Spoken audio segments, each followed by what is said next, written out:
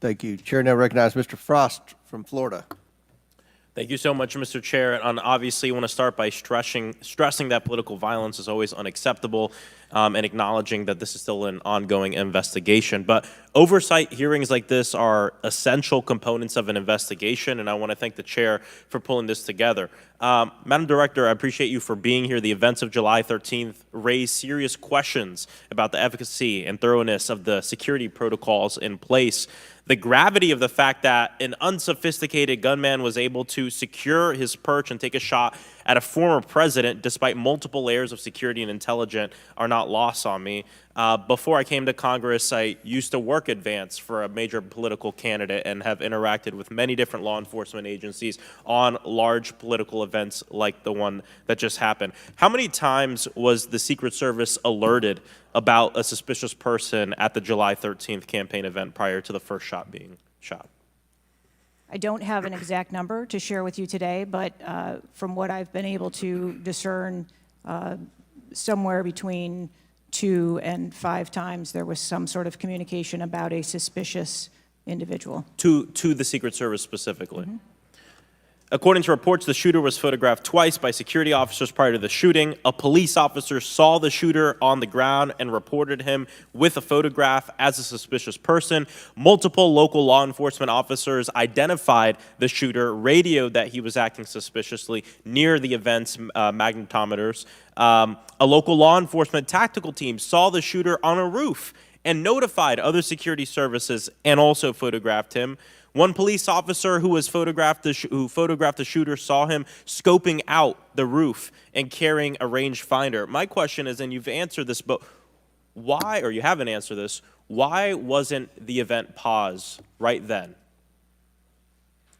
Again, I'm not clear on the timeline of when the Secret Service shift and the counter sniper were notified.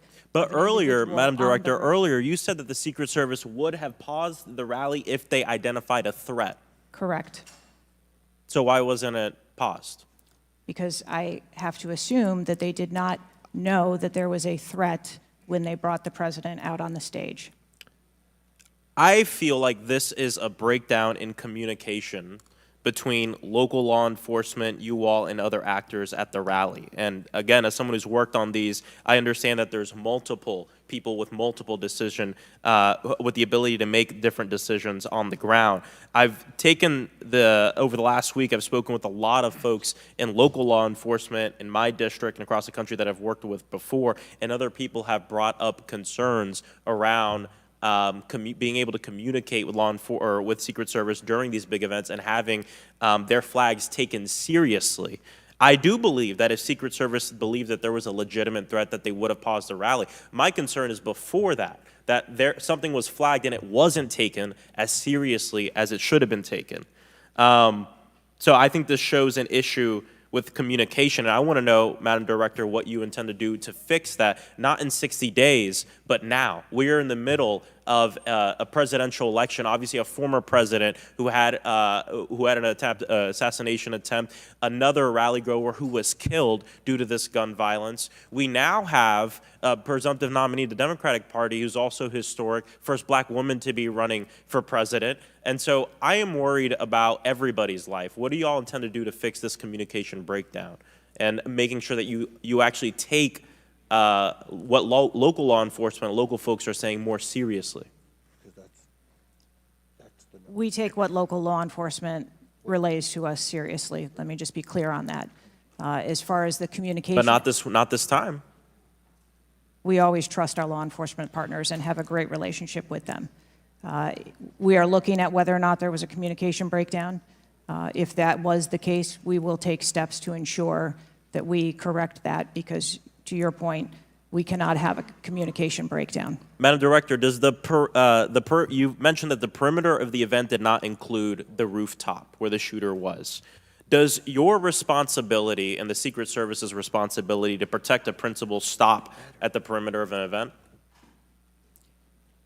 Our responsibility is to ensure the safety and security of the event itself and the protectee who is attending that event and the personnel who are protected. So you would say the fact that the rooftop was outside the perimeter is not an excuse for what happened, saying that it was outside the perimeter of the event? I am not offering that as an excuse. Okay. Thank you. I yield back. Gentleman yields back. Chair now recognizes Mr. Fallon from Texas. How did a 20-year-old loner with a week's notice pick the absolute